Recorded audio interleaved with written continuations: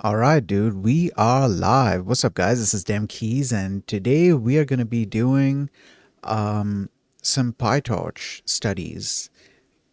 Um, Dude, I've been trying to get better at just streaming in general. Um, but also, I decided that you know what, I'm going to work on this both STT and TTS tech, but for the time being, I want to focus on the TTS part, just so I can actually have some voice in my mute streams. So they'll no longer be mute streams; they'll be AI voice streams. So that way, I'm going to be doing human voice streams and AI voice streams, and hopefully gradually I can sort of transition away from the AI voice streams into doing fully human voice streams all the time. But that's at some point in the future. For the time being, I wanna step away from, or well, gradually move away from doing only mute streams towards doing actual voice streams. And one advantage that I'm going to have here is that, well, not one advantage that I'm going to have, but one advantage of this thing that I'm working on is that not only am I going to have AI voice, but I'm also going to have closed captions available out of the box because initially I'm going to be setting up a thing where I type and then that gets synthesized into an AI voice. And then later on, I'm going to sort of connect a speech to text model to it as well, or well, not connect a speech to text model into it, but introduce a speech to text model into the equation, so that then I would be speaking into a microphone, and then that audio is going to be converted to text, and then that text is going to be fed into the TTS model, and then that's going to come out as an AI voice. For the time being, though, I do want to get the TTS thing up and running as soon as possible. There's a bunch of research that I have to do for it. So I've been doing that research. I've been looking into different types of models and seeing if there's anything that I can do to improve it. And I also need to see if there's any way at all that I would be able to. How do I say this? I need to see if there's any way at all that I would be able to set up a thing in the cloud, or set up a thing that runs in the cloud, so that I could run the TTS model there, but then capture the output on my machine. I feel like that setup is going to be a little convoluted because I have the split audio thing set up, so you guys don't ever hear any system audio in the VOD. It's heard in the live stream, but it doesn't get recorded in the VOD. Initially, the reason I had set that up was because I wanted to be able to play copyrighted music on stream, and not have to worry about the copyright stuff coming up when I'm uploading the VOD to YouTube.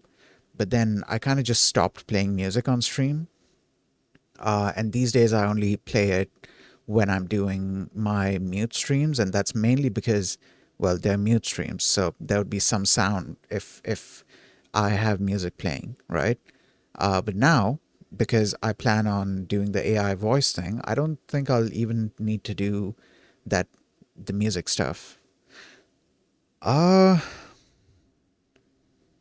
yeah, I need to look into how that's gonna work in terms of the split audio, because I have to see if there's a way that I can separate. Actually, no, you know what? Yeah, there is a way. There is a way because um it's not system. I just remembered that the way that you split it in OBS is that you select which audio channels the data is going to go to, and you can assign that for different different apps.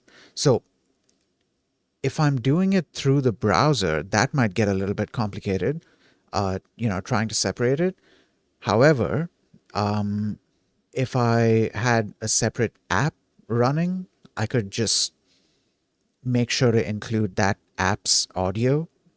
That's basically how you would be able to do a more complex setup. Like, for example, let's say you're running a game, but you're also playing music, but you also have some other audio, like your own mic audio, and you want all of this audio to come through on stream, but in the VOD you want to skip out, you want to leave out the music. So then you can use this kind of complex setup to separate it. And that would work if I'm running it locally. I don't know if I want to run it locally though, because I'd imagine it would be a little heavy. Because like running it on Kaggle alone, I'm okay. So here's the good news. In terms of running this stuff, in terms of running the TTS model, I've found that certain, like I feel like I don't remember where exactly I had stopped. I think there was one called Seamless M4 VT, something like that. Hold on, let me just look that up. Give me a second.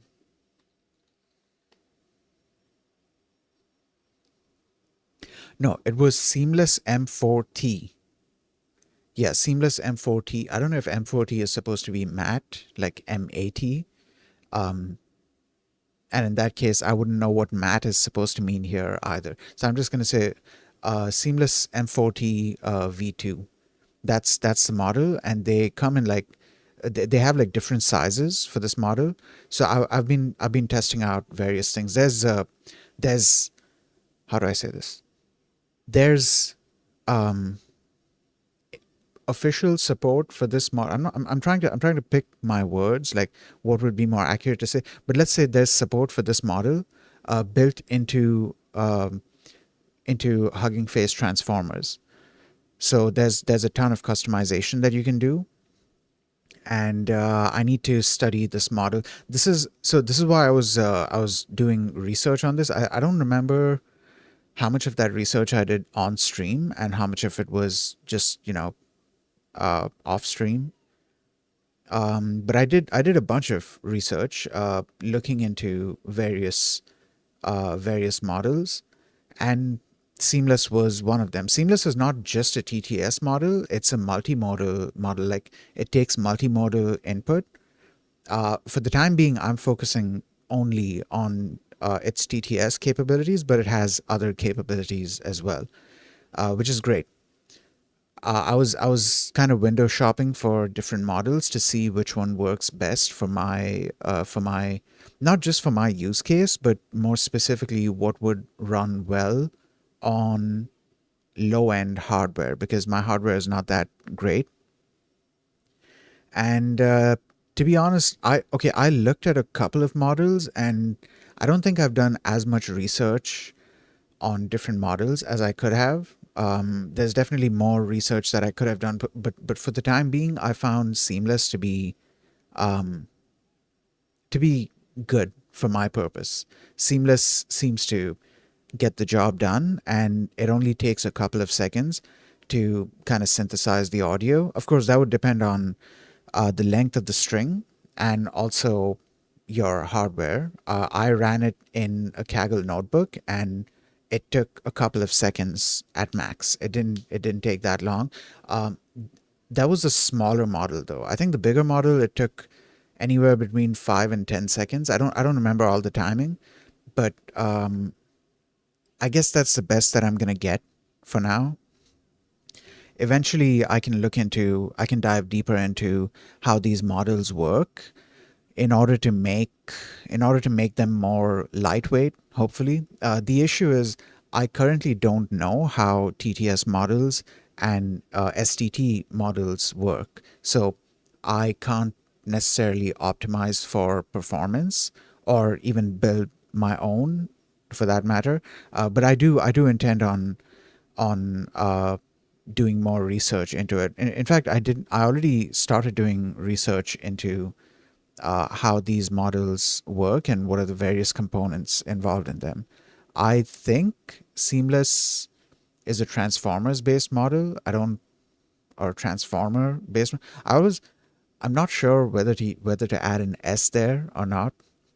But yeah, I believe Seamless is a transformer based model. I'm not sure though. I'm gonna have to check just so I don't give wrong information.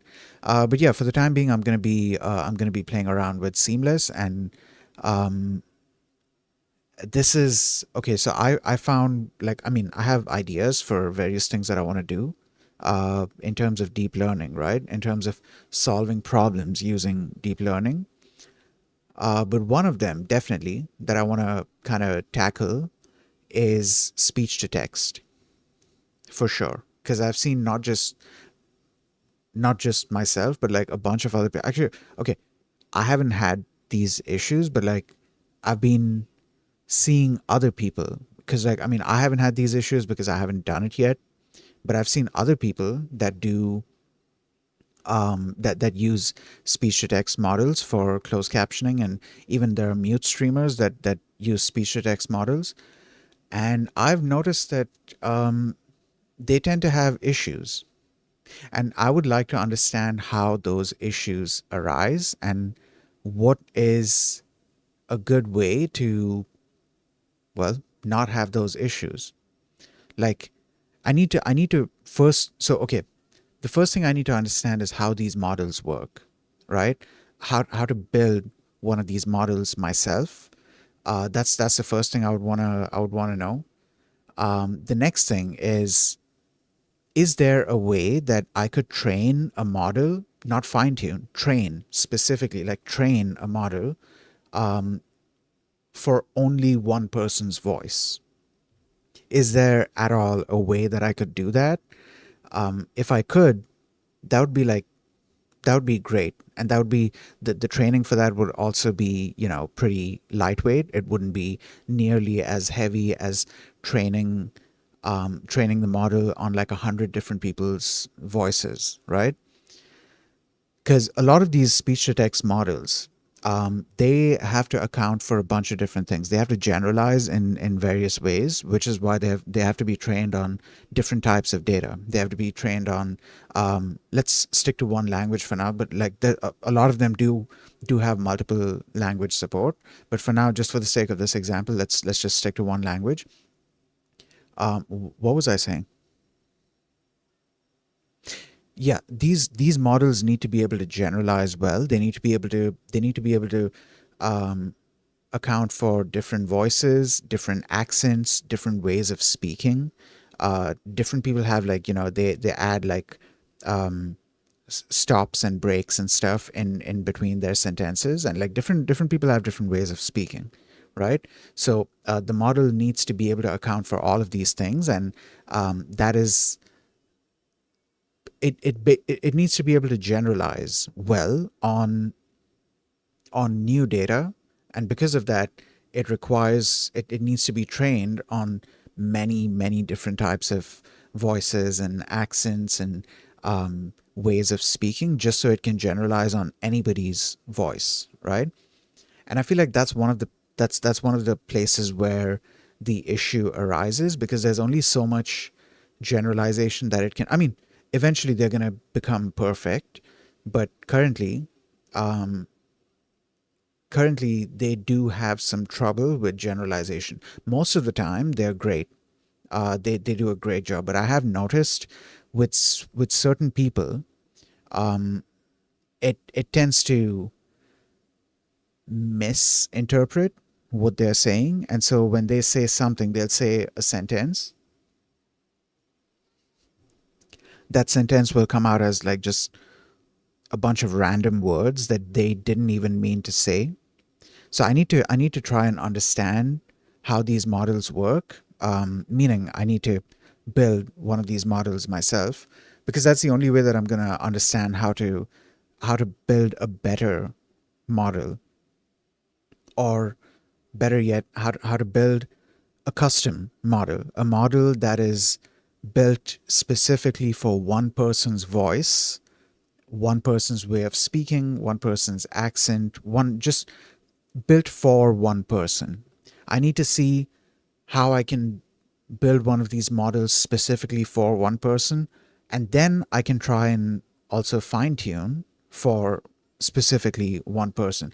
The whole idea with building it for just one person is I want to see if I'm going to be able to get a better result with training for one person versus fine tuning for one person, if that makes sense.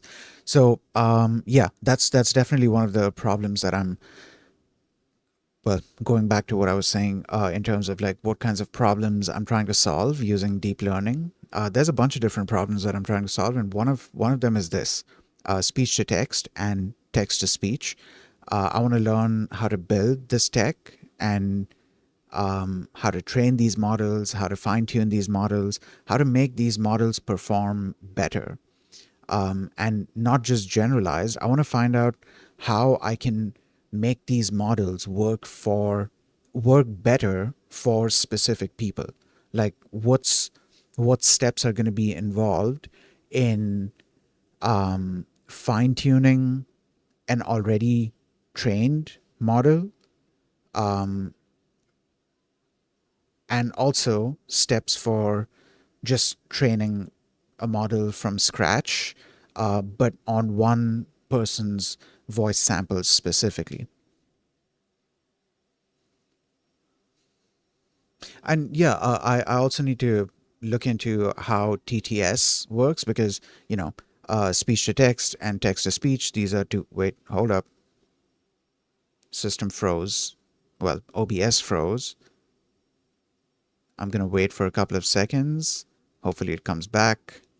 Okay, it seems like we're back. Okay, we're back. Yeah, my system kind of, well, not my system, but OBS kind of froze, and it froze again. Okay, we are back now again, I think, hopefully. Um, Wait. Yeah, okay, I think we're good.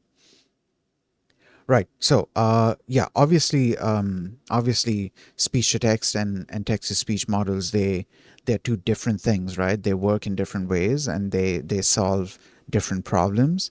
So I wanna kind of explore both of these fields, I guess I should say, or both of these subjects or whatever. And before that, I definitely need to learn the basics, which this brings me back to, the basics of building neural networks with PyTorch. I need to finish learning the basics of feed-forward neural networks and convolutional neural networks. I'm going to touch recurrent neural networks, and then I want to jump to transformers. These four architectures are incredibly important for me to learn because it seems like a bunch of the different things that I'm doing, they involve they involve these architectures at the very least in some capacity, but they also involve a bunch of different architectures as well. But for the time being, as like a base knowledge, I wanna learn these four architectures. I've said this in the past as well, and I then just ended up getting distracted with other stuff, and it didn't happen.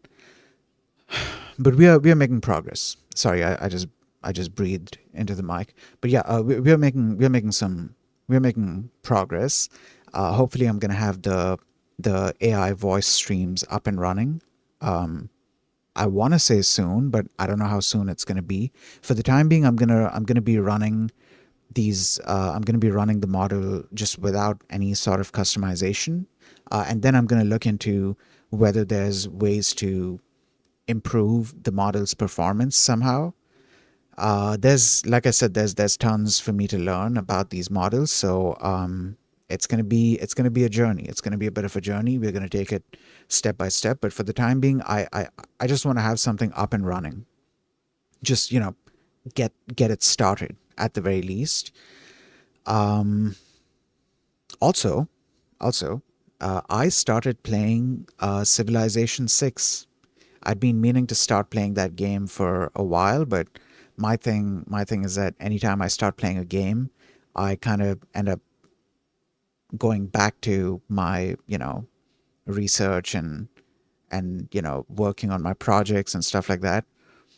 But I was excited. I was excited to start playing Civ 6, and dude, I'm loving it so far. It's a fun game. I'm still in the tutorial phase, and okay, I ran into an issue that seems to be a bit of an annoyance for a bunch of other people as well.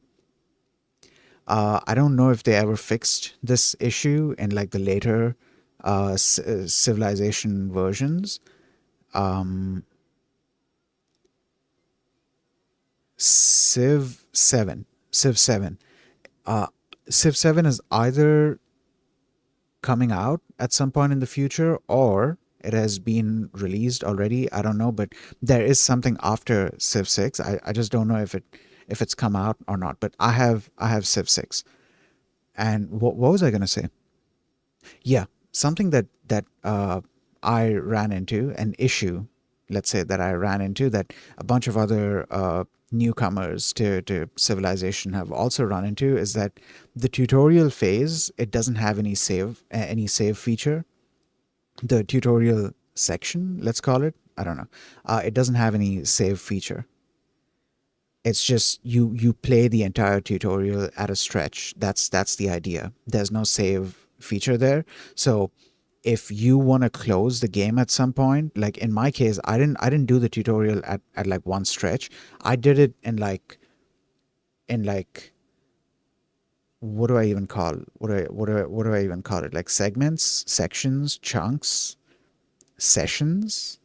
Like basically I would play the tutorial for uh I don't know, maybe 20 minutes or half an hour or something. And of course, I was reading everything as well. Like there's a bunch of stuff to read. I don't just want to, start clicking things without knowing what it's all about. I like to read. I like to explore the game that I'm playing, and I like to understand things. And so and besides, I mean, with a game like Civ 6, you definitely need to understand. It's a strategy game, so you need to understand what you're doing.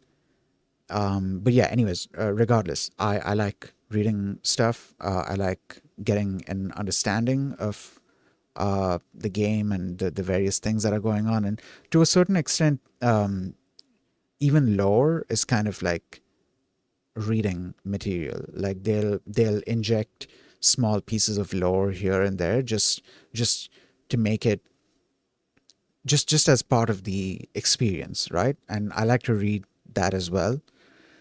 So yeah, it took me some time.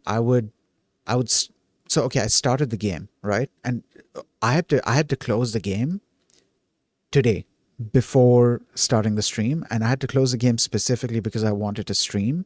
And I tried running it at first, like, well, it was already running. I tried running my VTuber app while having Civ 6 running, but it was giving horrible frames. So I decided to close the game. But prior to that, I had the game running for a couple of days because I would, like, on and off, I would come back to the game and play it for a bit, and then skip out of it or minimize out of it, like move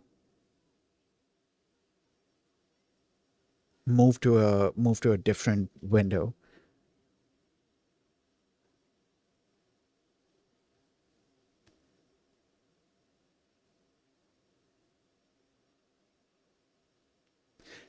Sorry, I thought I heard something, and I was like, hold up, wait. But yeah, I I just had Civ 6 running. Um, I just had Civ 6 running in the background, and every now and then I would go back to the game, and I played it for a while. Uh, Unfortunately, the tutorial is long enough that I didn't finish it. And well, okay, I don't know if it would be accurate to say that the tutorial is long, but it was long enough that it took me some time, and in the meantime, um, today I had to close the game. So now the next time I start up Civ 6, I'm gonna have to, because I need to finish the tutorial. So I'm gonna have to restart the tutorial again and go through all the steps again.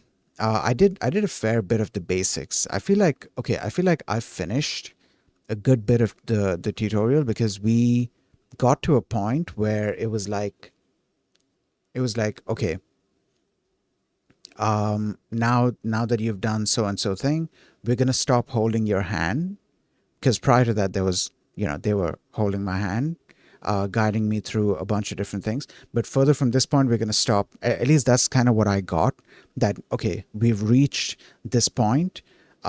Further from this point, we're going to stop holding your hand. We're going to let you do what you want to do, and we'll keep giving you hints. We're still going to guide you in certain places, but for the most part, we're just going to be giving you hints. That's what I got from it. I don't know if they were going to carry on,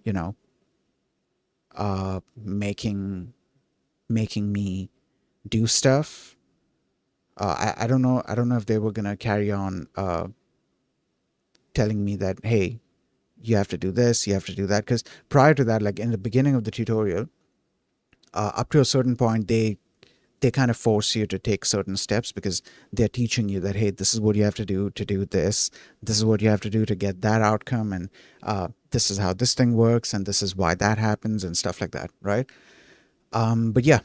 I've been having fun with Civilization, and I finally started playing a game again, so that's a good thing.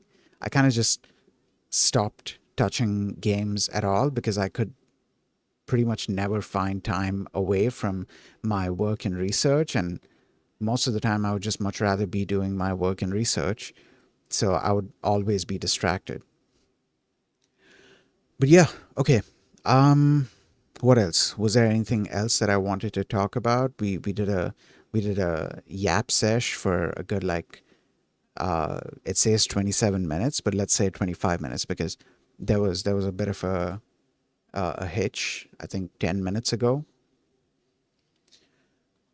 Okay. Um, in this section, in this PyTorch tutorial section, we have finished this build model thing, right? This explains how to build the model and the various things that are used, the various functions that are used to build the model, or the various functions that make up the model. Stuff like the linear layer, the nonlinear activation functions, and I think there was something more. I Okay, softmax is not included in this specific one, but I think it gets included in like a future, in one of the future tutorials. I don't. Oh, okay, there is softmax here.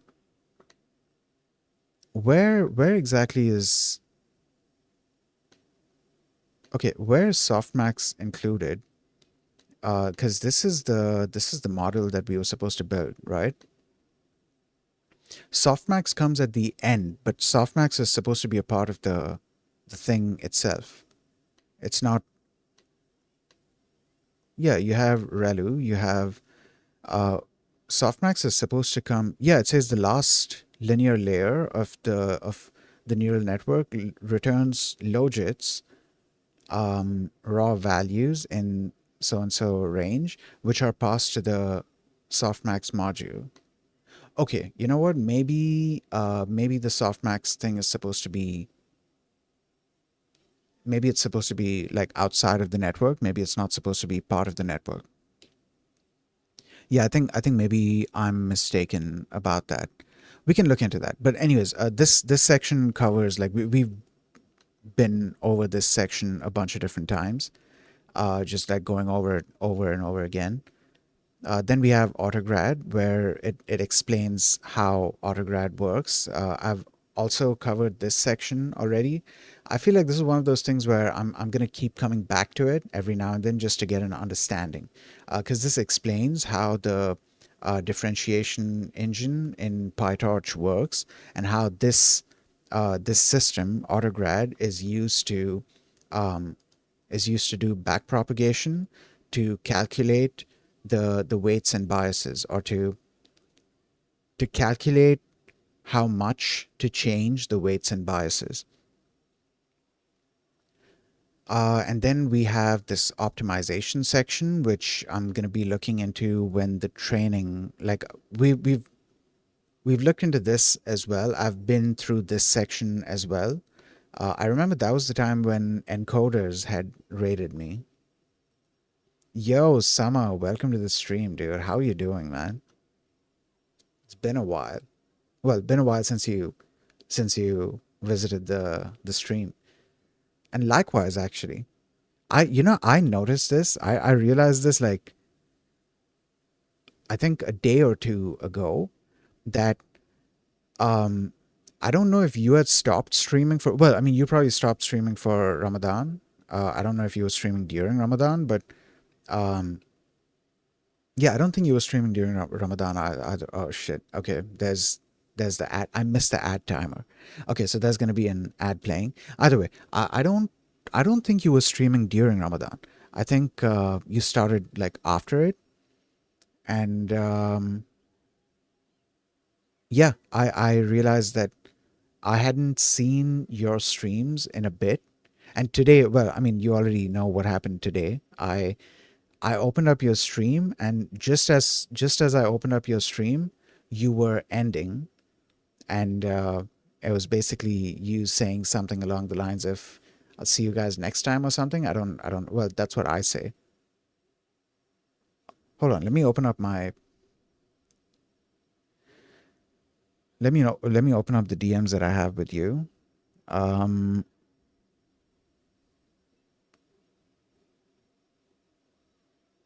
Oh, you said see ya, but yeah, dude. Welcome to the stream. Also, there is an ad playing right now, so I'm going to take a hydration break and I'll see you guys in 30 seconds.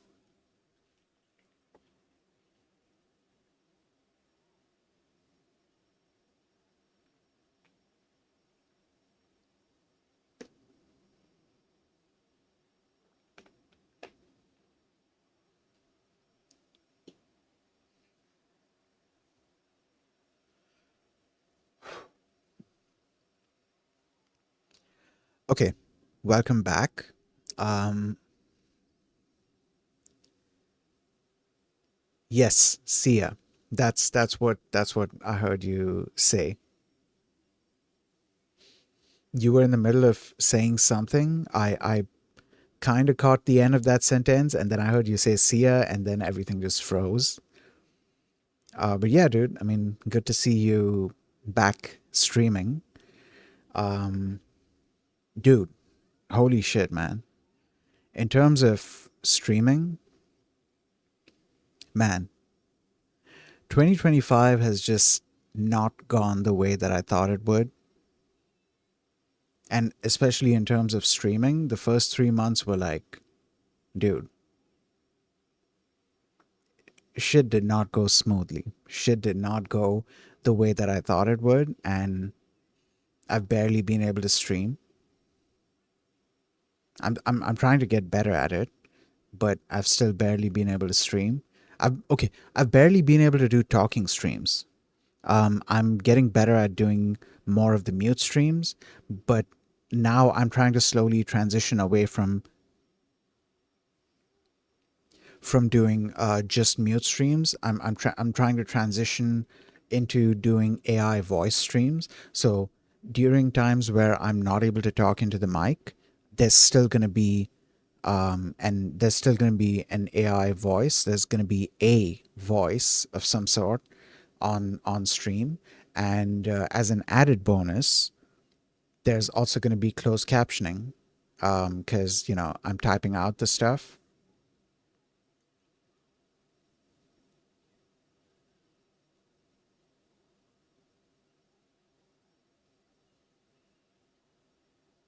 Hold on. Give me a second.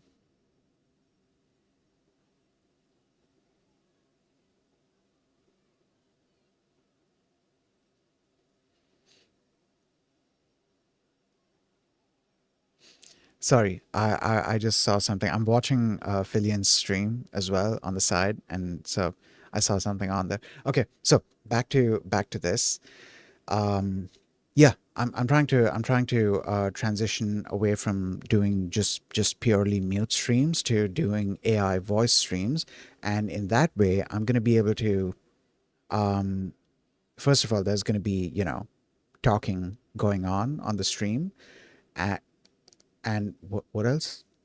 Yeah, but also because there's talking going on, uh, I'm going to be able to upload these VODs to YouTube. It's not like I can't upload the mute streams to YouTube. It's just that I don't want to because the completely mute streams, like purely mute streams, they're a lot more relaxed.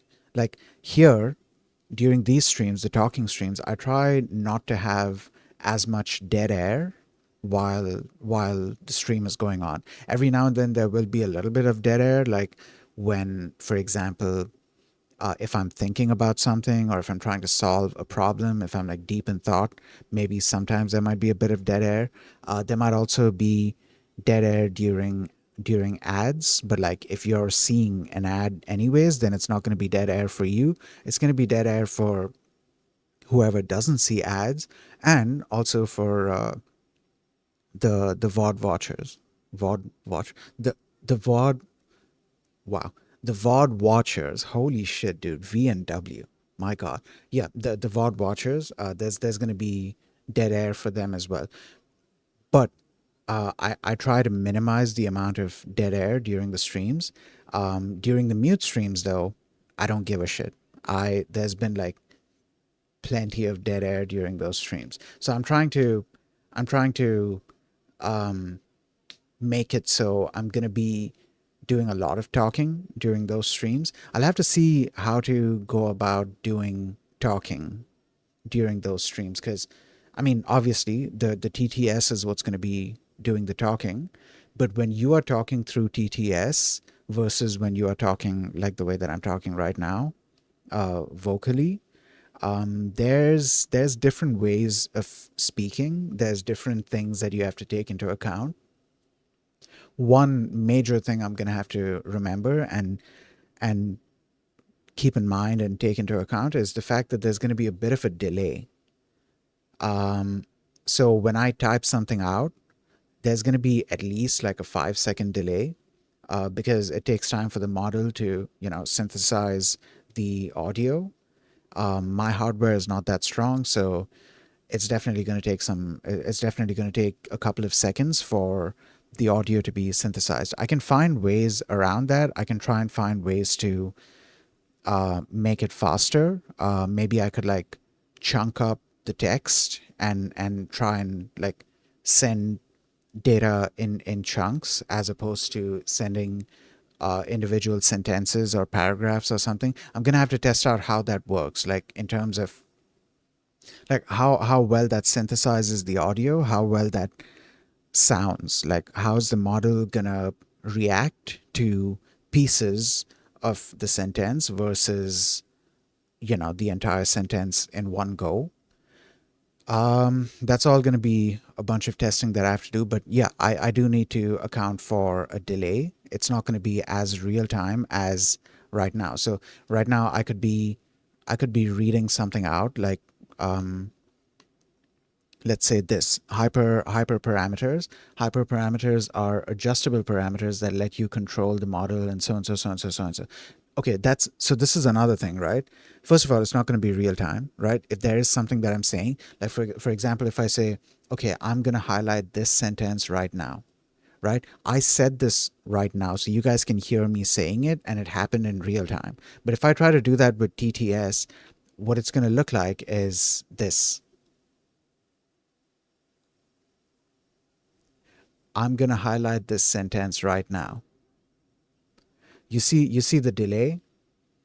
There's a delay between when I do the thing and when it actually says that I'm doing the thing. And that's what's going to happen with TTS because it has to synthesize the audio. And so while it's actually creating the audio, there's going to be a bit of a delay there.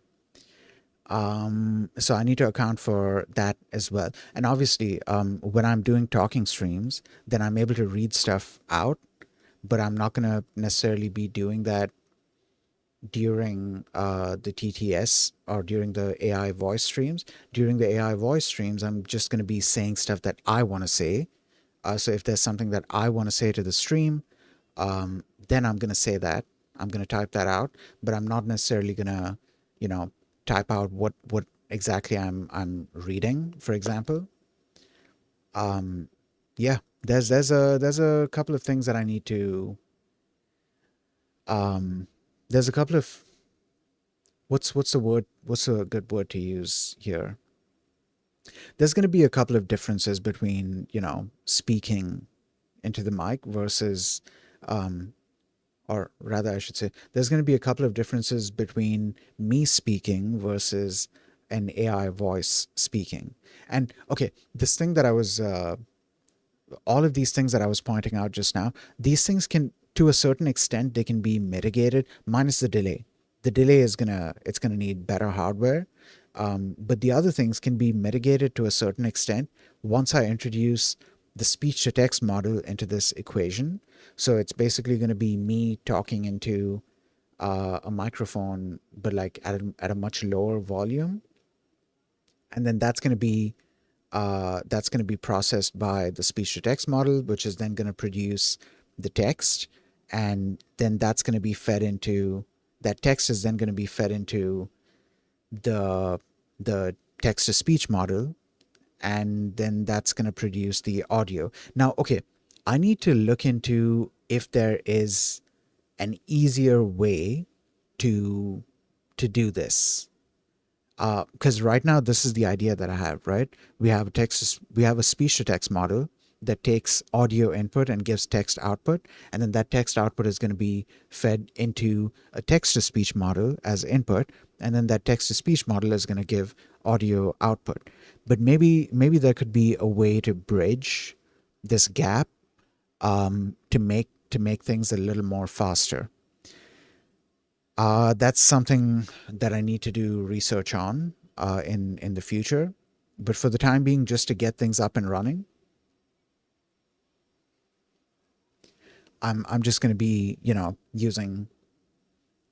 using this basic idea that I have, which is a text to speech model, and then a, did I say text to speech? A speech to text model, and then a text to speech model. For the time being, though, there's just a text to speech model because the input is going to be given manually. I'm going to be giving the input, just so that I can set up the AI voice thing first. Okay, now, so here we did the build model section, which builds a basic feed forward neural network. Then we have the autograd section, which talks about, well, the autograd system and what exactly it does. And then we have optimization, which, if I remember right, this is the training section. This is where the actual training takes place to minimize the loss. And then we have the save and load section, which I'd looked into this a while back, and I remember getting, well, not getting distracted, but kind of getting distracted, but like I remember having a lot of questions about how PyTorch was saving these models, and then I dove into a bunch of different concepts, and before I knew it, it was time to end the stream. After which, I don't think I looked into saving and loading the model anymore, but this is an incredibly important section as well because, like, you can build the model, you can also train the model, right? But then you have to be able to save the weights. And I remember having this question as well, that what exactly is being saved when you save a model, when you quote unquote save a model? What exactly are you saving? Because you're definitely saving the weights and biases, right? At least in the case of a feed forward neural network, you're definitely saving the weights and biases. But then what about the model architecture itself? Is that being saved or not? If not, then like what's the right way to go about saving the model as well? I remember asking this question to Llama a while back. This was back when Llama was part of Perplexity. Now mainly we have DeepSeek. I forgot what the model itself is called. Is it called DeepSeek R3? I don't remember. But DeepSeek. Now we mainly have DeepSeek and Sonar Pro. And even in Sonar we have like the reasoning models. Like DeepSeek is a reasoning model, so it shows you its thinking process and then it gives you the answer as well. But yeah, we were looking into saving and loading, and somewhere in between this, I don't know if this specific section talks about that, but somewhere in between this, there's a thing for saving the model using TorchDynamo. I think it's called TorchDynamo, and then there was also a thing where it was like, okay, um, there are two different things that you can use for saving. There was one thing that was very commonly used in PyTorch for saving, but then now they have a new tech as well. Um, where was that? Okay, saving and loading a general checkpoint in PyTorch. Tips for loading an NN module from a checkpoint. Okay. I think this is a separate tutorial. This is a tutorial of its own. Okay. Right, so we have torch.save, which saves a serialized object to the disk. This function uses PyTorch's pickle utility for serialization. Models, tensors, and dictionaries of all kinds of objects can be saved using this function. Then we have torch.load, which uses Pickle's unpickling facilities to deserialize pickled object files to memory. This function also facilitates the device to load the data in what? This function also facilitates the device to load the data into. Oh, device as in like CPU or GPU. I think that's what it means. And then we have torch.nn.module load state dictionary. This loads a model's parameters. This loads a model's parameter dictionary using a deserialized state dictionary. For more information on state dict, see what is state dict. Okay. So this is great. This is not covering the Torch Dynamo thing. I also want to open up the Torch Dynamo thing because at some point I do want to also export. Oh, okay. So we have Torch Dynamo, right? I think I don't know if Torch Dynamo is part of like if using Torch Dynamo is part of exporting to ONNX, but I also want to look into exporting to ONNX so that I can then run that model elsewhere, wherever ONNX is supported. Like for example, run it in Rust. I'm sure there's a Rust ONNX runtime. I think the Candle framework provides provides an ONNX runtime. I believe it does. Hold on. Give me a second. Let me, because this saving functionality it's very important for me to learn this, because oftentimes when I'm loading models, hold on, I'm still in the BRB thing. Let me just, okay. Candle ML ONNX.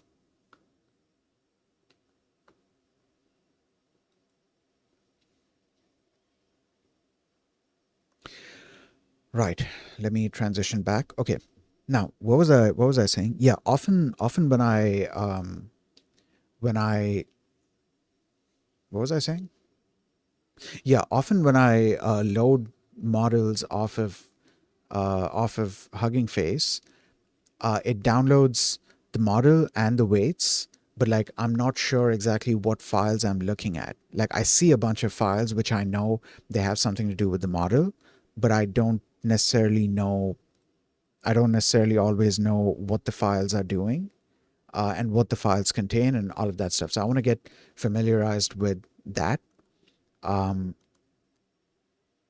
and of course, like I said, I also want to be able to um, run these models in ONNX, because being able to run the models in ONNX means that or well, being able to export the models to being able to export a PyTorch model as an ONNX model, what's the right way to say this? Export it in the ONNX format. Being able to export it to the ONNX format means that I would be able to run the model anywhere that there's an ONNX runtime. So, for example, through Unity CentOS, Unity CentOS contains an ONNX runtime, and then I believe Candle also contains. Let me Right. So there's a Candle ONNX thing here. Let's see where else ONNX is mentioned. Okay, there's ONNX. Okay, Candle ONNX for ONNX model evaluation. Wait, it's just for model evaluation?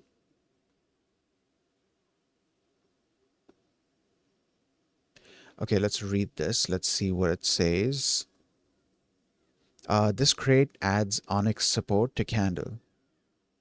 Okay, that's all. I guess that's all I need to know. Are there any examples? So we have the library here, and then we have eval. Okay, you know what? It's fine. Even if Candle doesn't provide support for, or even if Candle doesn't provide an ONNX runtime that we can run an ONNX model in, I'm sure there's probably a separate implementation of the ONNX runtime, which I can add into a Rust project, and then that way I can have ONNX support. This is the great thing about ONNX, is that it makes it makes things cross-platform essentially. So it's sort of like, how do I even say this? I don't know if it counts as like an intermediate representation, but in a way it kind of is, because like, okay, you have PyTorch, right? Your model is created in PyTorch. It's trained using PyTorch, right? The model is defined within PyTorch. All of it's like whatever whatever the computational graph is going to be, whatever the graph representation of it is going to be, it's all like within PyTorch itself, right? What if you want to run this without PyTorch? To do that, you can use an intermediate representation, which, or I still don't know if it would be accurate to call this an intermediate representation, but in a way it kind of is, because it becomes like one common thing that can be exported to, and then it can be run everywhere. This is the great thing about ONNX, right? Because and once you export your model to the ONNX format, you can then run that model on any platform that has ONNX support, using any language that has ONNX support. So as long as there's an ONNX runtime implemented within any program, or through any library or something, you'll be able to run that ONNX model. Of course, there are, sometimes where I don't know to what extent the ONNX model is perfect. Like, I don't know if it is perfect in terms of like exporting very very complex models, because like this, a feed forward neural network it's nothing, right? It's a very simple architecture, so this can be exported very easily. But let's say we're talking about something super complicated, something that involves multiple architectures, something that involves like let's say the transformer architecture, for example. Within the transformer architecture, you have a couple of different things, and they're not all like, you have feed forward neural networks as part of the transformer architecture, used in multiple different places, actually, not just one place. So that's just one example, right? You could have a model that uses a mixture of feed forward neural networks and convolutional neural networks. It uses like components of them to build up a much bigger, more complex architecture. So I don't know to what extent ONNX is perfect in terms of converting those complex architectures, but I guess through time, or through research over time, I'll find out how good or how bad it is. I think because of the amount of because of the amount of support around ONNX, I think any issues that could arise, they are being taken care of. I need to also look into like who's maintaining. Yeah, actually, that's a good question. Hold on. Who maintains? I'm pretty sure it's not just one person. It's a whole like community effort. But I want to see if it's a community effort or like a team effort. Like who's maintaining this? Who maintains ONNX?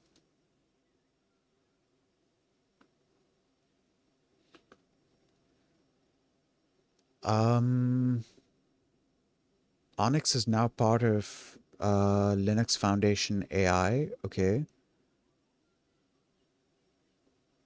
ONNX runtime is now open source. Okay. So ONNX has its own GitHub, and it is actively being developed. It is actively being maintained by around. It's actively being maintained by like more than 300 contributors. And it did mention that this is an open source technology. So my point is, if any issues do arise, then I'm sure they get taken care of, or you have like a team of people, you have the community kind of rallying around fixing whatever the issue may be. And I don't think I'm going to run into that issue, into any of those issues just yet, because the stuff that I'm doing is fairly basic. It's nowhere near as complex compared to a bunch of the other networks that I've seen other people building. So it's going to be a while before I hit any issues. Hopefully, I won't hit any issues in terms of like conversion, but if I ever do, then I guess we'll see how to tackle that problem when we get there. Now, why did I open this? Okay, so we can close this. I was supposed to look into yeah, they haven't mentioned TorchDynamo so far. Why is that?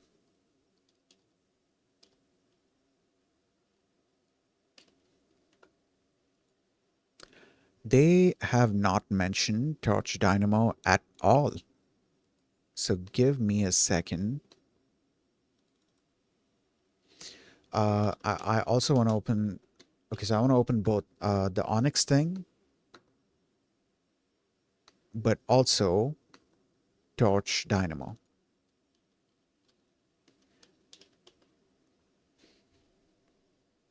Okay, Dynamo overview. And then there was another one as well. I don't remember what that was called, but we can look into that as well.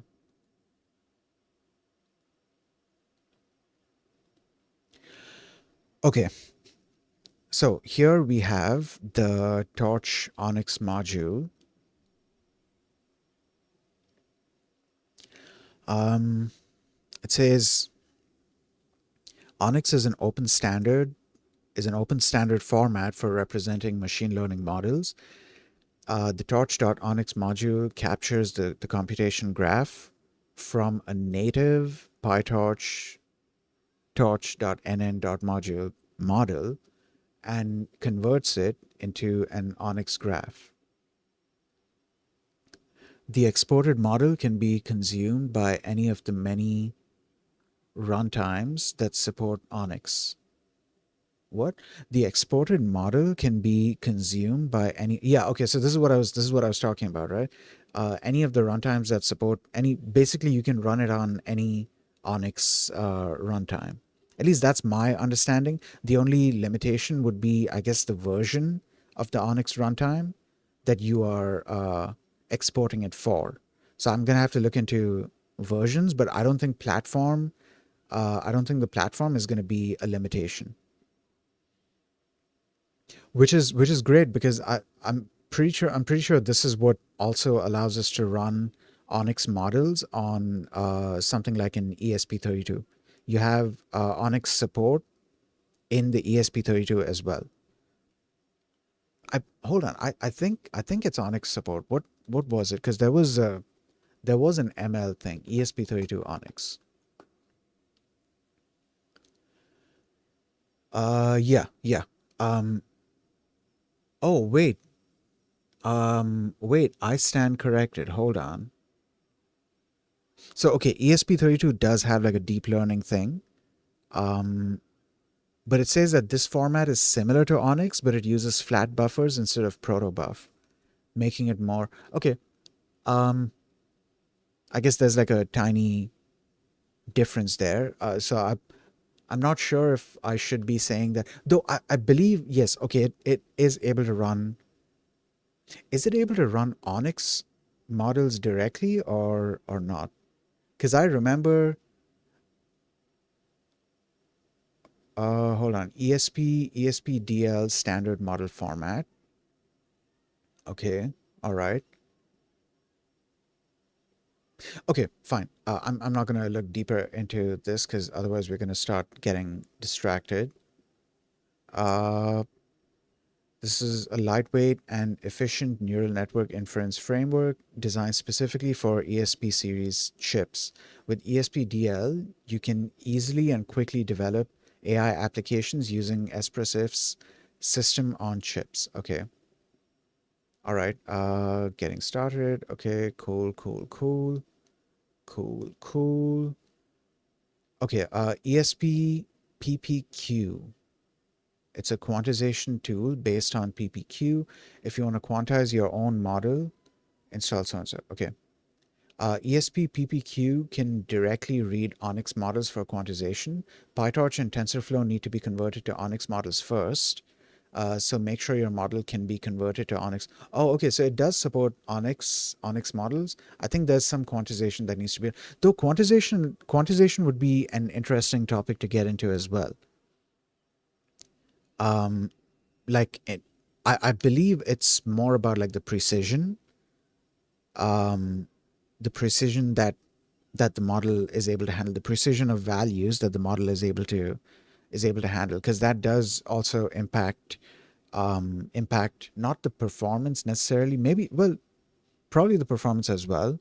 I think I'm pretty sure that's also part of the reason, because that would be a limitation, right? How big of a float can be processed by whatever chip it is. But I think another reason would, I lost my train of thought. I branched out way too much. Quantization, okay, let's just keep it simple. Quantization is something that I want to look into, because I want to experiment with it and see how it changes the behavior of a model, how it changes the results of a model, how it also affects the performance of a model. All of these things I wanna look into. But yeah, okay. Going back to this thing. Uh, right. There are two flavors of ONNX Exporter API that you can use as listed below. Both are called through function torch.onyx.export. The next example shows how to export a simple model. So here we have this very simple model which has one convolutional layer. Um, okay. And then the result is also passed through like a ReLU function. Oh shit! Hold on, I accidentally hit something. Okay, yeah, the result is passed through a ReLU function. Okay, that's our model, and then this is the export. So we export the model. This is the input. Okay, that's passed as, I think that's being passed as a tuple. I think so. Then we have the file name. Oh, okay, so this is going to export to, like the exported thing is going to be written to this file. And then input names, rename inputs for the ONNX model. This is something I need to explore. Like, what exactly does this do? Then Dynamo, true or false to select the exporter to use. Okay, so I think this is where TorchDynamo comes in, right? Uh, the next section introduces the two versions of the exporter. Oh, okay. This is where we had. Yep. Okay. So this is where we had the two things that I was talking about: TorchDynamo based and TorchScript based. A lot of people are recommending TorchDynamo because this has been around for a while, and like this is what they plan to eventually move to. Uh, but TorchScript is like it's a more older thing, so it's a lot more matured. But there's definitely differences between both of these like pros and cons, let's say, between both of these um, methods, I guess I should say, both of these systems, versions, both of these versions.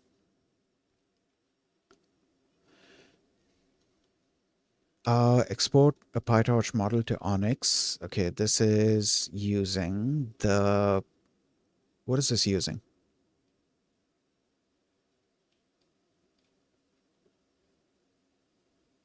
Export to ONNX format. This is using Dynamo. Okay, all right. What is this? This is Dynamo overview. Okay, what did I click on? Hold on, dude. Oh, I don't think I clicked on the torch script thing. Okay, so we have this. Let's open that up. Then we have this. Let's open that up as well. Okay, so we have the torch dynamo based ONNX exporter, and then we have torch script based ONNX exporter. And I don't know how I got to this, and I'm not sure how this popped up either. I don't remember what I clicked to get here. I think maybe I clicked something from Google. That might be it. Yeah, maybe I clicked something from the Google search. Yeah, yeah. This might. Yeah, there's a Dynamo overview, and I don't remember how I opened up the other thing. Okay, we can start with. Wait, let's read this first. Okay, so, Torch Dynamo engine is leveraged to hook into Python's frame evaluation API and dynamically rewrite its bytecode into an FX graph. The resulting FX graph is then polished before it's finally translated into an ONNX graph. The main advantage of this approach is that the FX graph is captured using bytecode analysis that preserves the dynamic nature of the model instead of using traditional static tracing techniques. Okay, TorchScript. The TorchScript based ONNX exporter is available since so-and-so version. Okay, TorchScript is a Torch TorchScript. Why is that so hard to say? TorchScript is leveraged to trace the model and capture a static computational graph. As a consequence, the resulting graph has a couple of limitations. It does not record any control flow, like if statements or loops. It does not handle nuances between training and eval mode. It does not truly handle dynamic inputs. As an attempt to support the static tracing limitations, the exporter always supports, always also, the exporter also supports TorchScript scripting, which adds support for data dependent control flow. Let me read that back. Hold on. As an attempt to support the static tracing limitations, the exporter also supports TorchScript scripting, which adds support for data dependent control flow, for example. However, TorchScript itself is a subset of the Python language, so not all features in Python are supported, such as in-place operations. Okay, so if I had to pick one of the two, I think I would go for TorchDynamo. But I feel like I also need to wait, you can inspect the model using GUI. Oh, is this a separate platform? Because I remember there was one called Netron. Oh, there it is, Netron. You can view the exported model using Netron. So Netron is it's a platform where you can upload this model. I'm pretty sure it supports more than just ONNX, but it supports ONNX as well, definitely. You can export your ONNX model and then upload it to this platform, and it'll create the graph for you, and you can kind of traverse through the entire graph. It creates a sort of node graph for you where each layer is well, each layer and each function and all is given like a separate node, and it gives you a bunch of different types of information about like input and output and various things that are going on.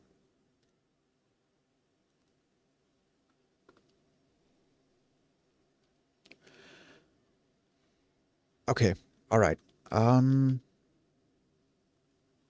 right.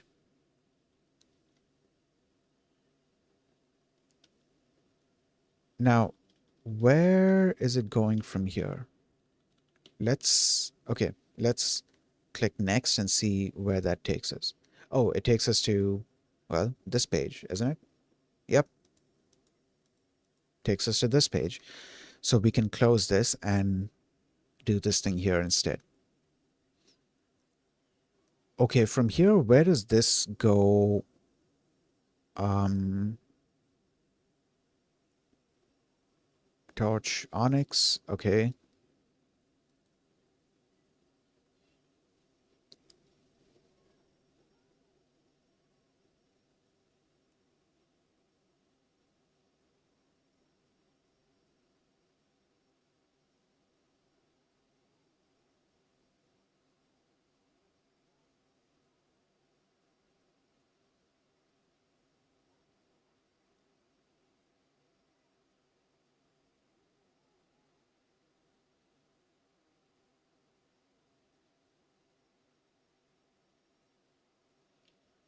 Sorry, I zoned out. Okay. Um, where was I? Oh yeah, I was gonna look something up. Give me a second. I'm gonna open up. I'm gonna look it up on Reddit. Actually, I could look up on Stack Overflow as well. Okay.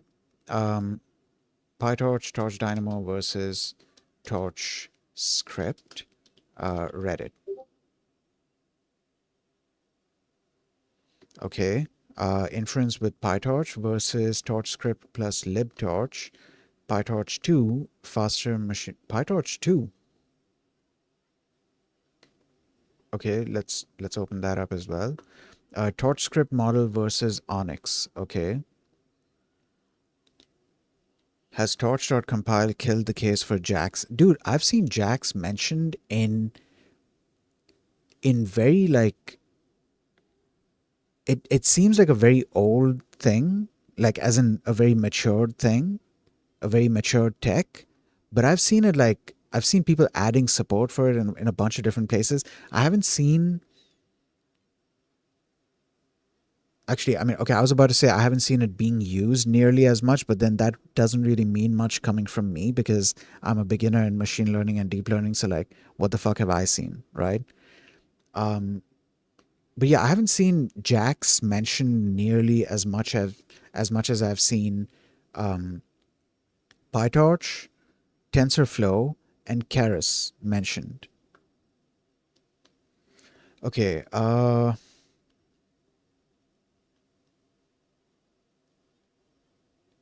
TorchDynamo versus TorchScript. Okay, okay, okay. All right, let's also do Stack Overflow and open up a couple of things. What are torch scripts in? Okay, we can read that as well.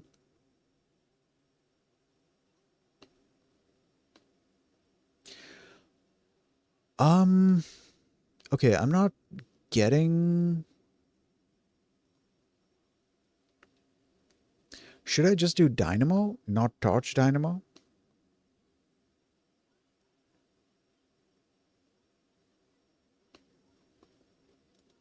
Okay, let's do this. A deep dive into Dynamo's implementation in PyTorch. Difference between. Oh, okay, somebody asked this in the PyTorch thing. In the PyTorch forum. Yeah. Okay.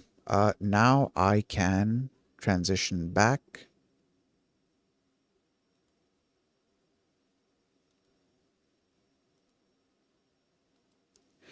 All right. Okay. TorchDynamo plus NVFuser from NVIDIA um, makes BERT inference on PyTorch more than 3 times faster for most of the time. It depends on the input shape. By just adding a single line of code in PyTorch, no, in Python. This text is so small. Give me a second. Okay. Where was I? Yeah, by just adding a single line of code in Python script. The surprising thing is that during the benchmark, we have not seen any drawback implied by the use of this library. The acceleration just comes for free. On the same model, TensorRT is, of course, much faster. What is TensorRT? Hold on, let me look this up.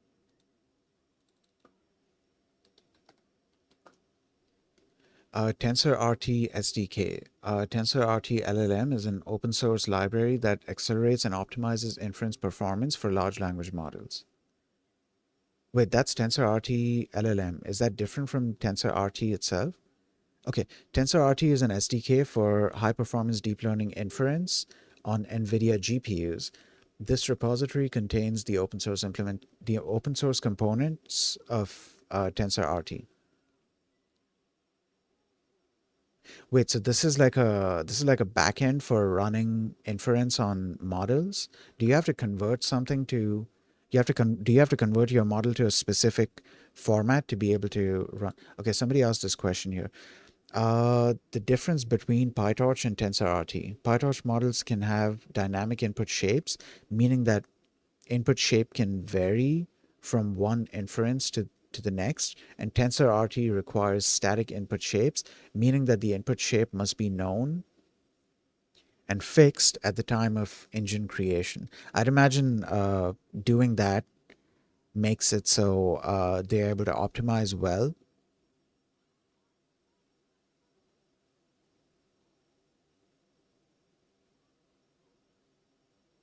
But yeah, I should look into TensorRT.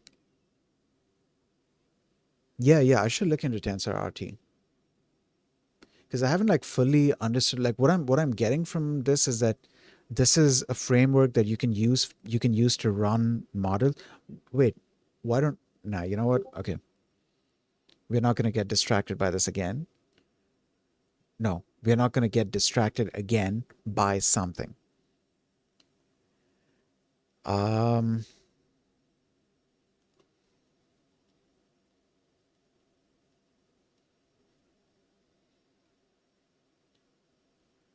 okay, right. Let's close this. I don't think I'm going to get much from this either. Um, this is leading to something. There are frameworks and languages like Haskell, Rust, which use PyTorch C++ API, and I think this will make. Dude, speaking of Rust and PyTorch, holy shit, dude. So I tried installing PyTorch on. I don't remember if it was specifically PyTorch. I think the library was called TCH RS, so like Torch Rust. Dude, installing PyTorch in a Python environment, I'm not even kidding about this. It took hours. Like I did this on multiple systems. This shit took hours to set up.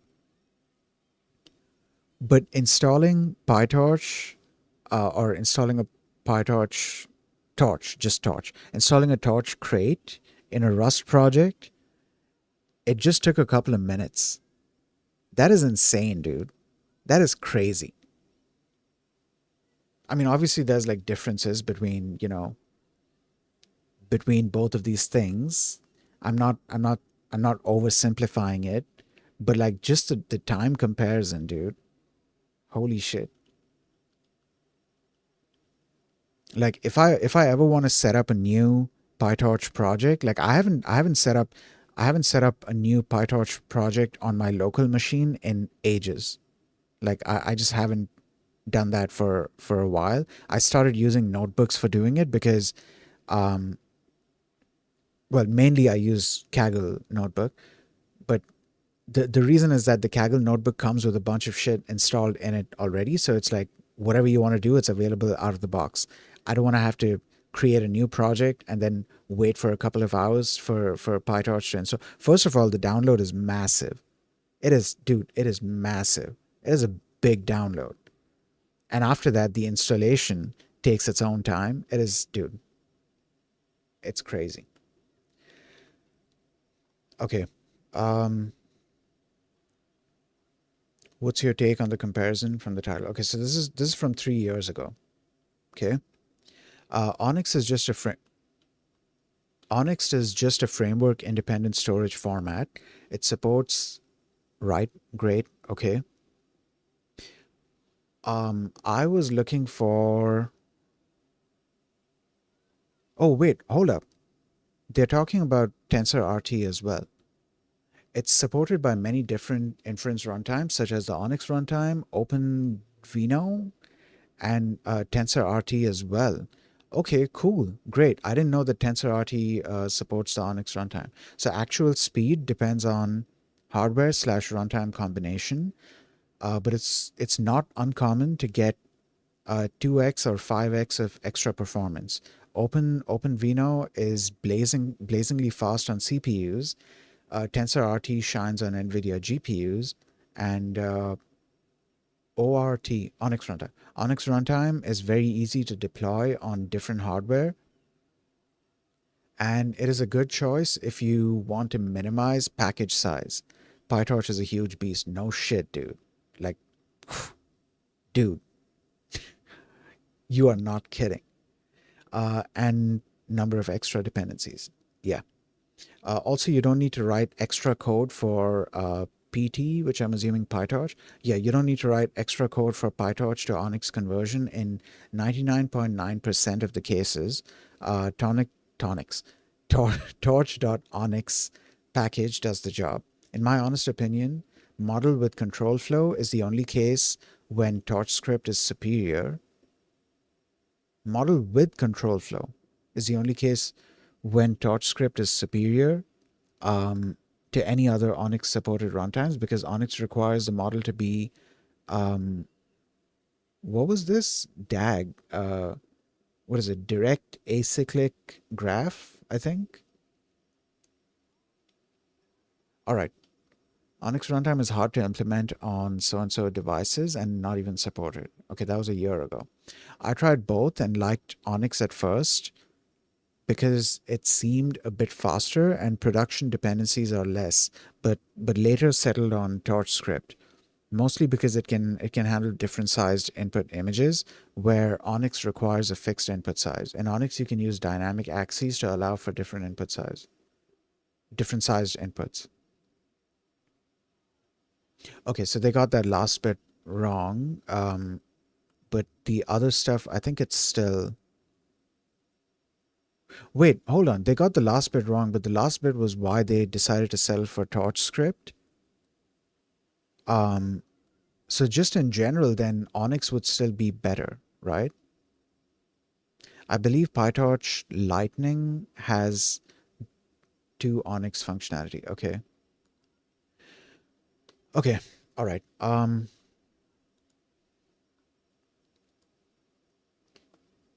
Why are torch scripts in PyTorch? Why are? What are? What are torch scripts in PyTorch? Torch script is one of two modes using the PyTorch JIT compiler, the other being tracing. The benefits are explained in the link documentation. Okay. Uh, this question has not even been answered. Okay, cool. Great. So now I am wondering if I should be going for this or I should be going for TorchScript. How complicated would TorchScript be? Let's take a look at that as well. This is the same thing, isn't it? This is the same thing. Yeah. To export an ONNX model using TorchDynamo instead of TorchScript, see so and so. Wait, so you can export the thing to the ONNX format, but using TorchScript. So this is an example of using AlexNet. I think this is a convolutional neural network, right? I think so. I don't remember. In fact, AlexNet is a, yeah, it's a convolutional neural network architecture. The other one is Linnet. I think so. Hold on. I think wasn't AlexNet the blocky kind of architecture? Yeah, yeah. The representation was kind of block. I don't know. I don't know about both of these architectures. Like, how do I say this? I don't know much about these architectures by themselves, but like, I'm remembering there was a tool called NNSVG, which is still online, by the way. Shout out to the creator and all the people that helped in making it. But this is a tool that allows you to visualize feed forward neural networks and convolutional neural networks. And in convolutional neural networks, it lets you visualize two different styles. One was Linnet and one was AlexNet, I think. Yeah, yeah. It was Linnet and AlexNet. Okay, all right.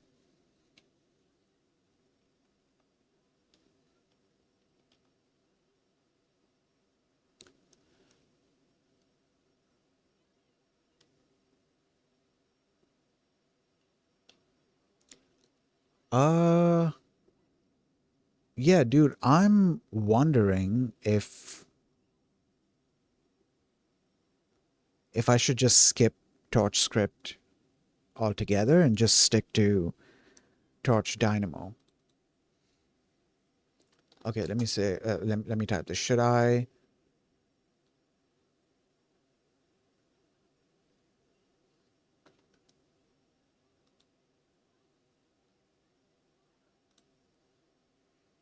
use TorchDynamo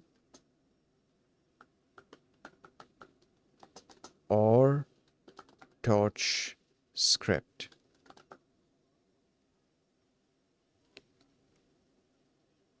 TorchDynamo run versus torch.compile. Okay, all right.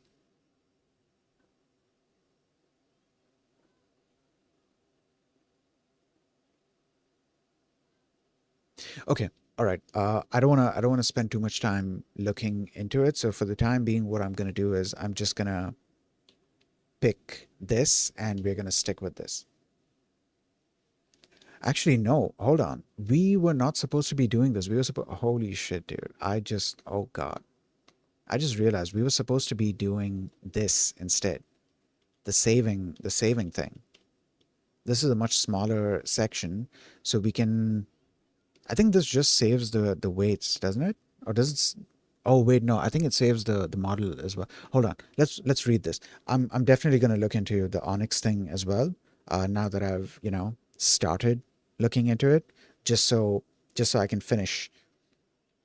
And that way, like once I know how to save a model, I'll I'll also be able to then apply that knowledge to a bunch of other things, like first of all, visualizing the ONNX models, but also applying.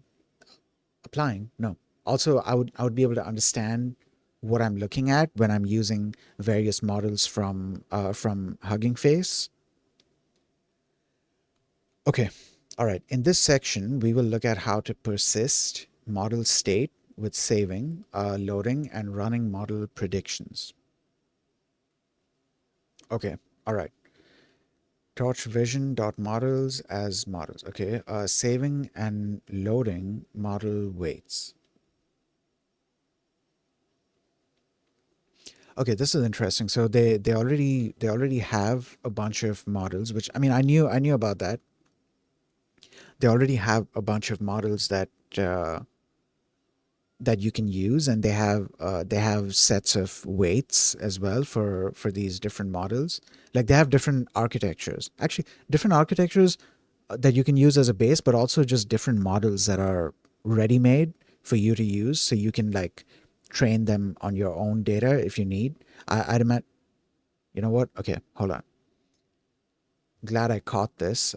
So in the next like 30 seconds there's going to be an ad playing, but I also need to take a little toilet break. So I'm going to switch to BRB, and I will be back in the next couple of minutes.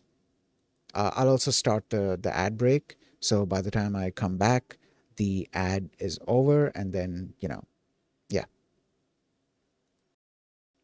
So I'll see you guys in the next, like, I don't know, 2, 3 minutes, hopefully.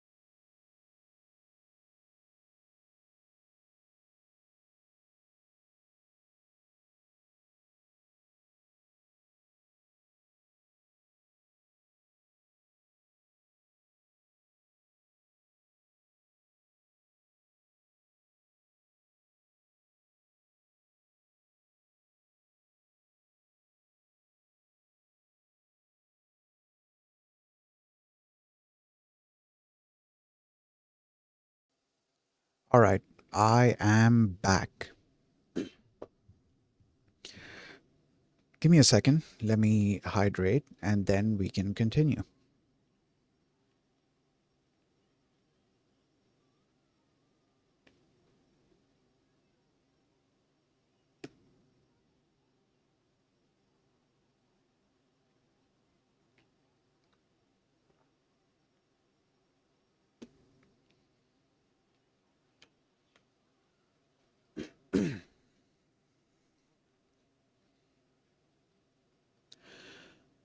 Okay, all right.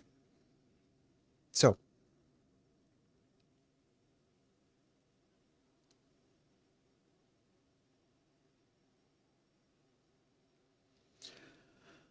what are we looking at here? Okay, yeah.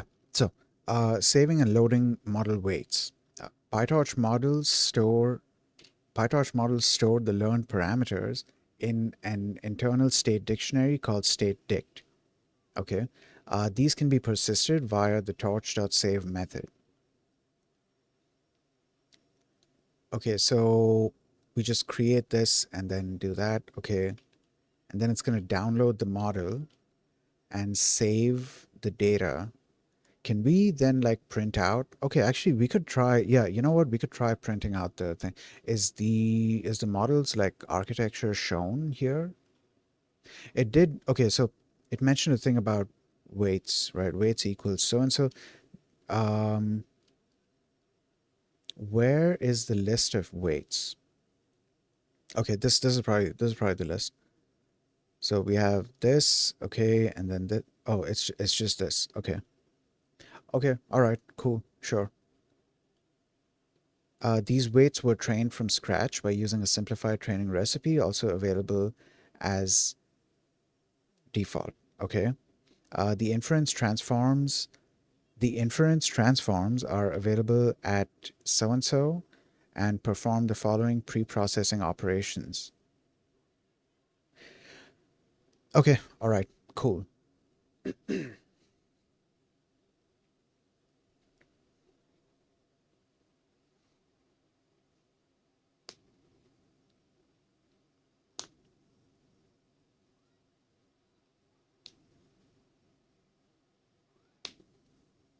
Sorry. Zoned out. Okay, so I need to.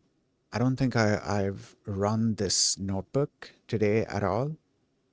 Let's run this. So we need what? Torch Vision, I think. Hold on, let me go back to that. Yes, Torch and Torch Vision. Torch Vision dot models. Okay.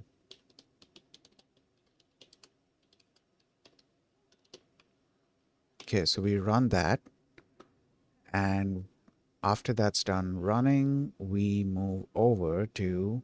Oh God, what just happened here? Holy shit, that would have been bad. So I was testing this thing out earlier, not even like earlier today. This was like maybe a week or two ago, where I was testing the secrets. Because Kaggle notebooks, they allow you to set up secrets, so you can like store, you know, credentials or any API tokens or something like that.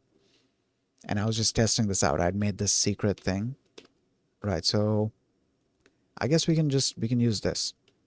Okay, so M or model equals, is that done running? Yeah, it's done running. Model equals models dot VG. Let me see if IntelliSense is working yet. Because recently, not even recently, it's been like, yeah, yeah.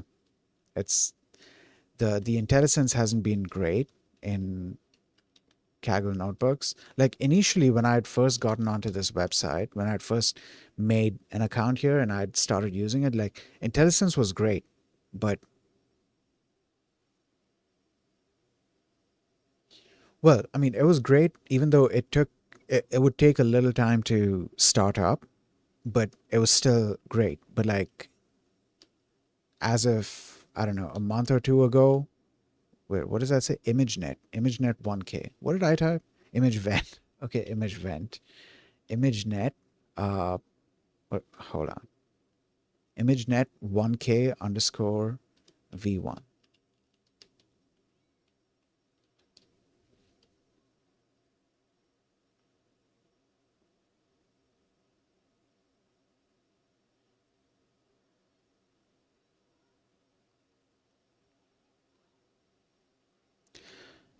Torch.save model. Okay, you know what? Yeah, let's run this and then wait, let's run this so it downloads the model. This is not running. Models. Models is not defined. Why is models not defined? I ran this. Okay, let's run it again. Invalid syntax. Why? Oh, that's why.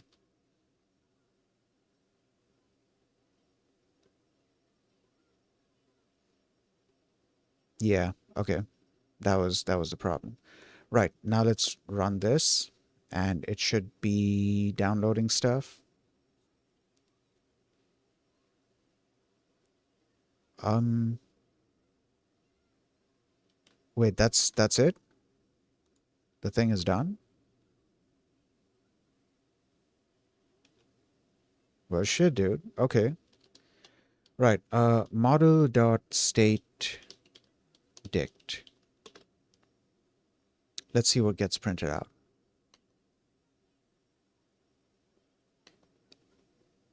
Okay, so it's printing out the weights here. Okay, cool, cool. Then we have the biases. Okay. And then more weights and oh yeah, it's the entire thing. Okay. Yep. Oh, right. This is I don't know what the network's shape is like. Uh, well, one, because I haven't gone deep into convolutional neural networks yet, but I know that they tend to process a bunch of data because like you're not usually dealing with like individual nodes there. It's like blocks, and those blocks are dealing with like patches of data. Well, I don't know if I should say blocks. Well, you have blocks that are made up of smaller blocks, and each of those blocks is dealing with like patches of data. Okay, anyways. So model weights.pth. Right, so let's save this. What did I just do? What did I just do? Okay, all right. Wait, why is this text blue?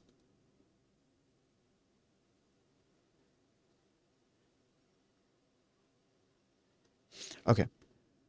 Uh, this is also a very big thing. Maybe I should clear this cell because it's going to make things lag. Yeah, that's better. Okay. Um, torch.save model. Okay. And we save it as model weights, model underscore weights dot pth. I'm assuming it's going to get stored in this thing. Wait, something's wrong here. What's the error? Torch is not defined. Oh, I thought I'd imported torch. Okay. Import torch. Great.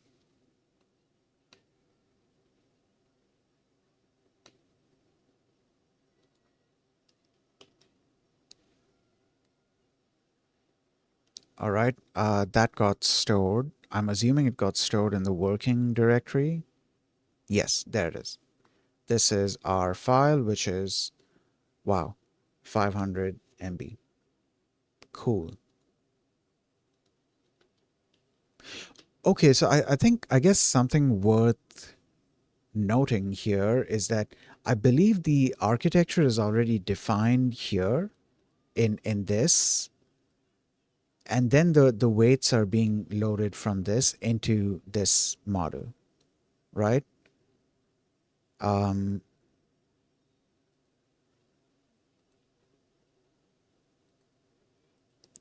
Okay.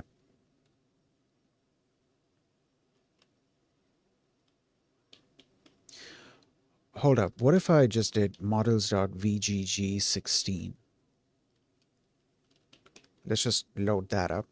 Let's see what that prints. Okay, there it is.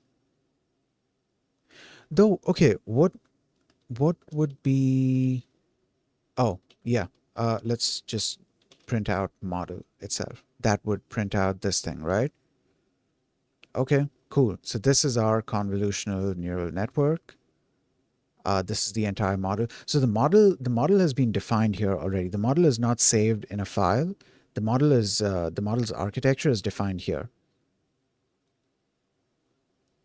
Yeah, the model's architecture is defined here. It's the weights that are being loaded from whatever, and then we are storing that into a file. Okay, to load model weights, you need to create an instance of the same model first, and then load the parameters using load state dict method. In the code below, we set weights only to true. Okay, to limit the functions executed words to limit the functions executed during unpickling to only those necessary for loading the weights. Using weights only equals true is considered a best practice when loading weights. So then I need to find out what all gets loaded exactly. Like if we need to specify weights only, then what exactly is getting loaded? Okay. Okay, so we can get rid of this and then we create that. Okay, cool. Then what's the next thing? Model.load state dictionary, load. Okay. All right. Model.load state dict, and then we do torch.load. The file was, oh, there's the file name of model underscore weights dot pth, and what was this? Weights underscore only equals true. Okay. And then we just print out the thing. Okay, what does model eval do? Not sure about that.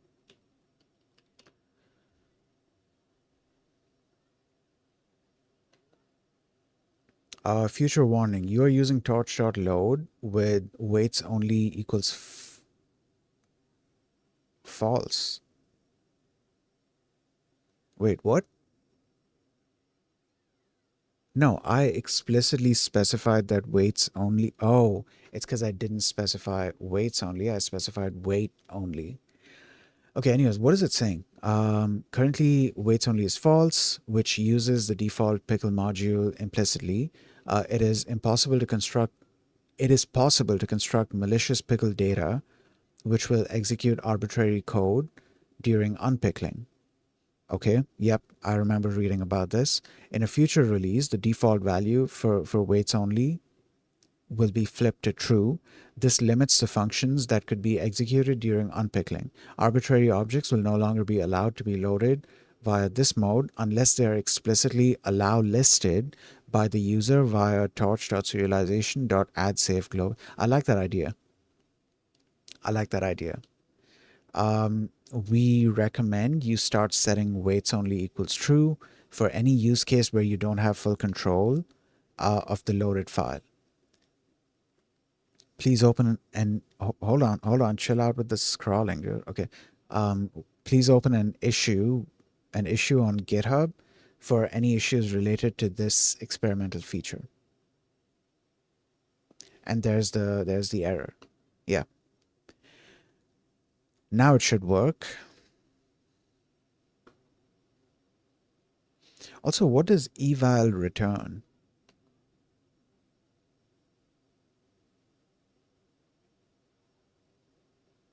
Yeah, what does eval return exactly? I should look into that. Hold on.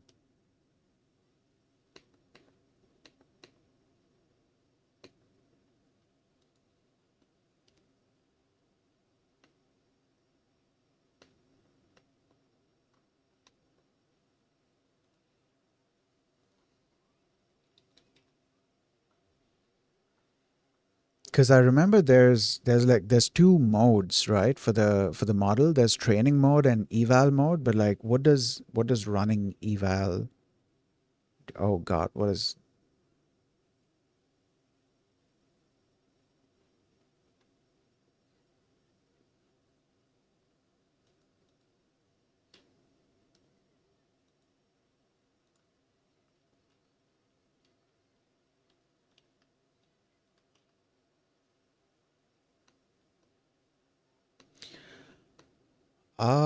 Okay, this is not giving me what I'm looking for. So give me a second. I'm just gonna PyTorch model.eval. I'm just looking for something that's gonna take me to, you know.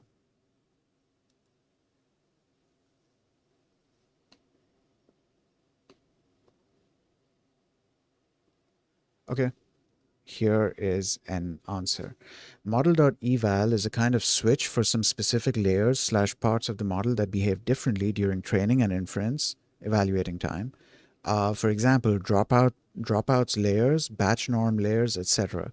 You need to turn them off during model evaluation, and .eval will do it for you. Okay. In addition, the common practice for evaluating slash validating is using torch.nograd in pair with model.eval. Okay. To turn off gradients computation. Okay. All right. But don't forget to turn back to training mode after the eval step. Great. Cool. Okay. All right. We can look into this later on. For the time being, okay, what if I just did this? Would this mention, would this include like the,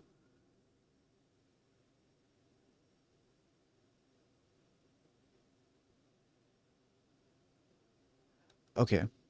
So I was trying to find like dropout. So we have dropout here. Let's see if that's removed because I haven't played around with, I haven't even gotten to convolutional neural networks yet. So I haven't, touched that.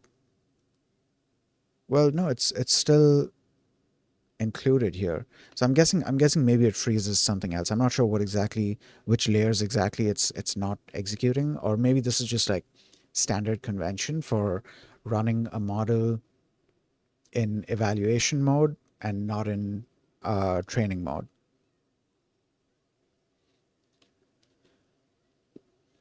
Okay, where was I? How did I get here? Oh, I wasn't doing the ONNX thing. I was doing this. Okay, cool. Be sure to call model.eval method before inferencing to set the dropout and batch normalization layers to evaluation mode. Failing to do this will yield inconsistent inference results. Okay, saving and loading models with shapes. When loading model weights, we needed to instantiate the model class first because the class defines the structure of a network. We might want to save, this is what I was looking for. We might want to save the structure of the class together with the model, in which case we can pass model and not model state dict to the saving function. We can then load the model as demonstrated below.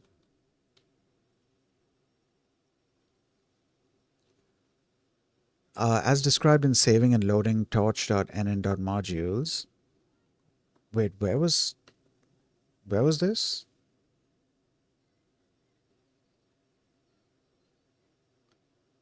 They said as described in this as if I've already read this. But okay, serialization semantics. I think I have explored this a bit previously when I was looking into how things get saved and what exactly gets saved.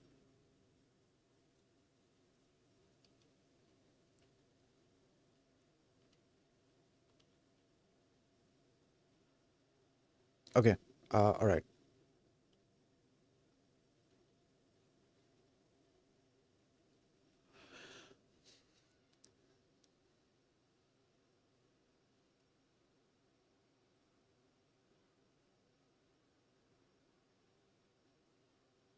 Okay, as described in saving so and so, saving state dict is considered the best practice.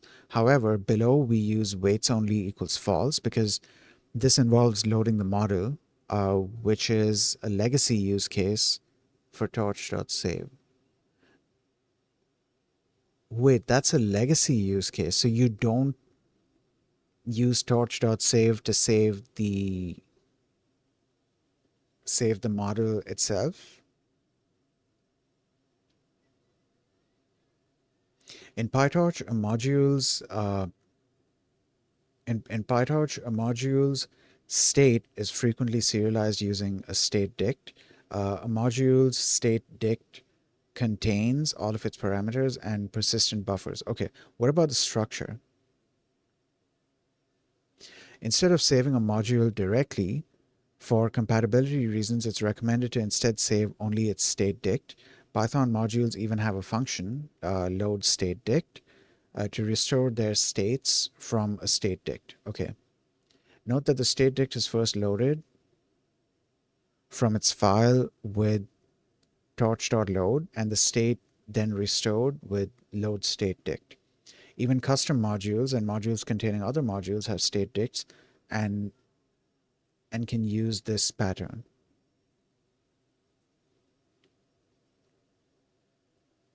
Serialized file format for torch.save. Okay.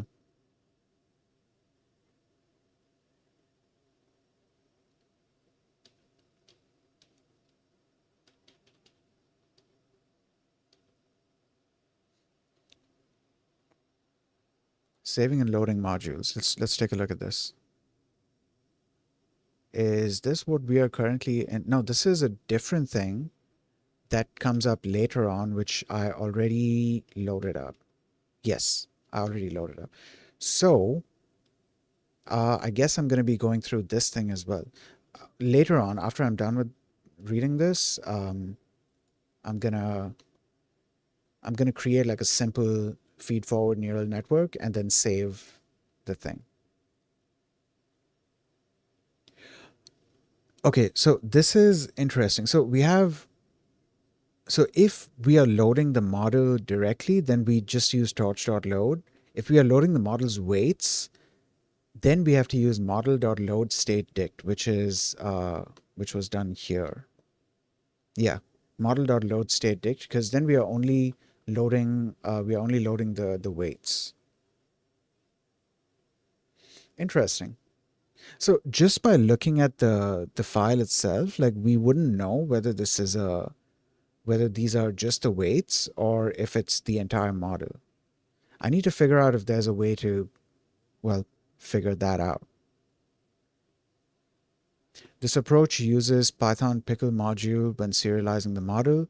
Thus, it relies on the actual class definition to be available when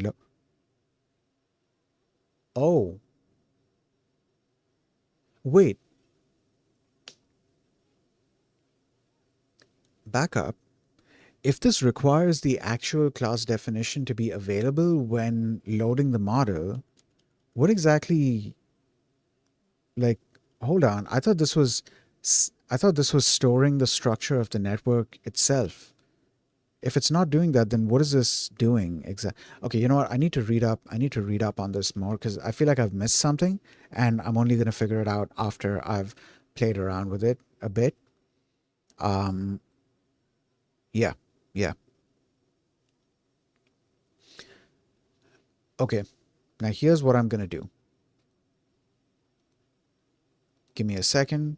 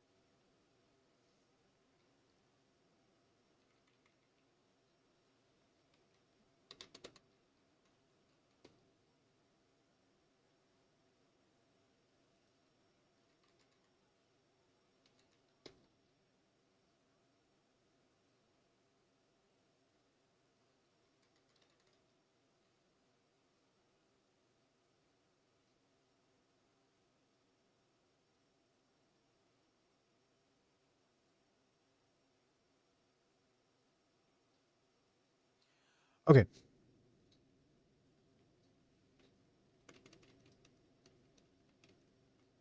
I keep saying okay, dude. Holy shit.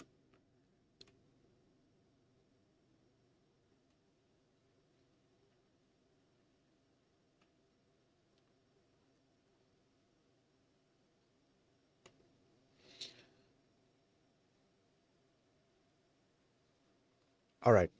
Yeah. We're gonna raid this person called Cartoony FU, Cartoon NYFU. I'm not sure. I'm not sure. We're gonna raid this person. They're doing some studies and playing chess. They're doing a co-working stream as well. Um, yeah, I'm gonna start the raid. Their raid settings do not allow to raid. Okay, great, awesome. I guess we are not raiding them. So let me find somebody else.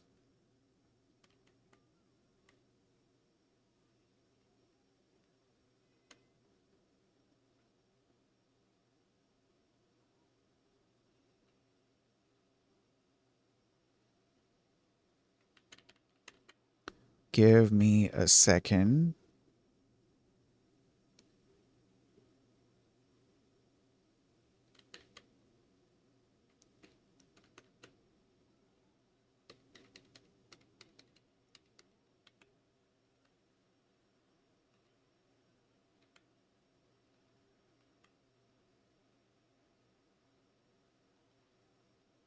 Wait, is this person's stream in English? Let me just figure that out. Right now, it is a chair stream.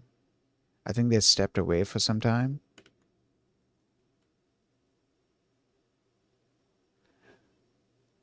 Okay. Then there's another person here.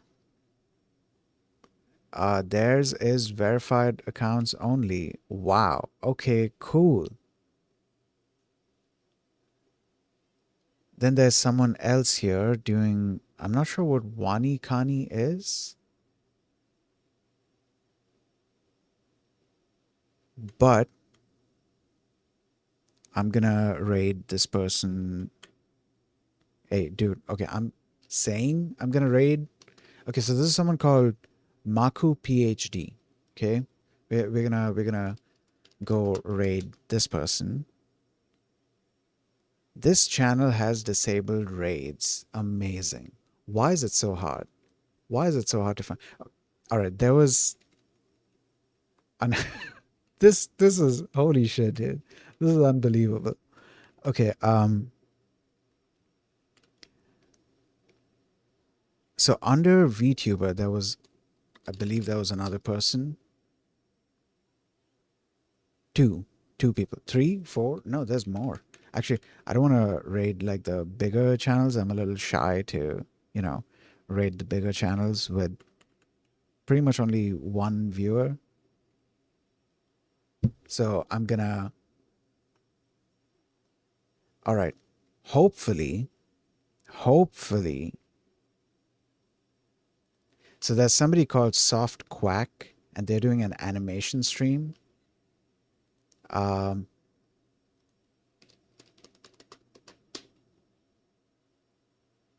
okay, great. No limitations here. We're gonna go raid this person named Soft Quack. They're a VTuber, and they're also doing a co-working studying stream, and they're doing some animation stuff. So we're gonna go hang out with them. Sama, thanks for stopping by. Anyone else who might have been lurking in the chat, thanks for hanging out. I'm definitely working towards doing the TTS tech. So even the mute streams are gonna have talking in them, hopefully. But yeah. I hope you guys have a nice day, and I'll see you all next time. Peace.